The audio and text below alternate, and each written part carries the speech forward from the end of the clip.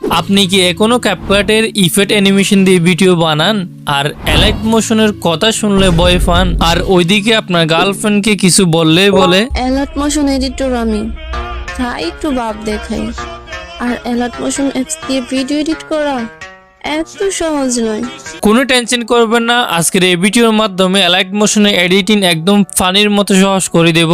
Allied মোশনের video editing কেন শিখবেন? Allied মোশনের যে হেভি ইফেক্ট অ্যানিমেশন গুলো আছে এগুলো দিয়ে যে কোনো ধরনের ভিডিও এডিট করা যায়, আর অ্যালাইট মোশন দিয়ে যে হাই কোয়ালিটি ভিডিও গুলো এডিট করে সেগুলো কোনো অ্যাপস দিয়ে এডিট করতে পারবেন না। আপনি যদি একজন এডিটর অথবা কন্টেন্ট ক্রিয়েটর হতে গেলে অবশ্যই অ্যালাইট মোশনের এডিটিং জানতে হবে।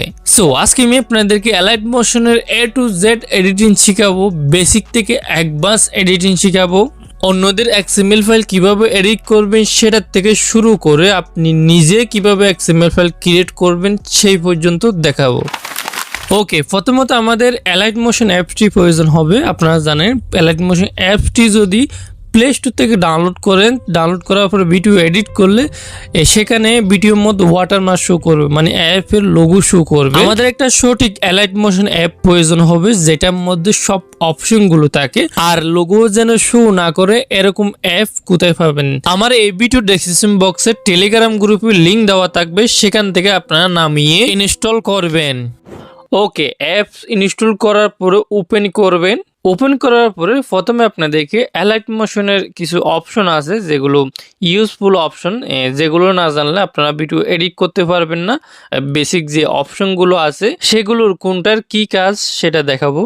যারা অ্যালাইট মোশন এডিটিং কিছুটা বোঝেন, অপশন ফিচারগুলো বুঝেন, তারা একবাস এডিটিংয়ে যেতে পারেন। ভিডিওর নিচে টাইম সিলেক্ট করে দিছি, টাইমে ক্লিক করে কোন জায়গা থেকে দেখবেন সেখানে যেতে পারেন। আর যারা নতুন শুরু থেকে শেষ পর্যন্ত দেখবেন, এক সেকেন্ডে স্কিপ করবেন না, স্কিপ করলে কিছু বুঝতে পারবেন না।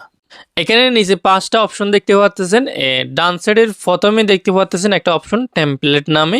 অপশনটার মধ্যে ক্লিক করলে এরকম ইন্টারফেস শো করবে। সো এখানে কিছু টেমপ্লেট দেখতে পারবেন, এই টেমপ্লেট দিয়ে আপনারা ভিডিও বানাইতে পারবেন, তবে এই ভিডিওগুলো কোনো কাজের না। এরপরে হচ্ছে একটু উপরে দেখতে পাচ্ছেন আপলোড XML ফাইল। এটা আমাদের খুবই ইম্পর্টেন্ট একটা অপশন। এখান থেকে আপলোড অপশনটার মধ্যে ক্লিক করলে তারপর আমাদের XML ফাইলগুলো শো করবে। এখানে আসার পরে আপনার XML ফাইলগুলো এখানে দেখবেন। ইউটিউব থেকে যে XML ফাইলগুলো নামাইছেন, যে ভিডিওর XML ফাইলটা নামাইছেন সেটা এখানে চলে আসবে। এখানে দেখবেন যে XML ফাইলটা ইনপুট করতেছেন, সেই XML ফাইলটার উপর ক্লিক করবেন। তারপর এরকম অপশন চলে আসবে, এই যে XML ফাইলটা ইনপুট করেছেন এই XML ফাইলের মধ্যে যতটা ছবি বা ভিডিও অ্যাড করার প্রয়োজন হবে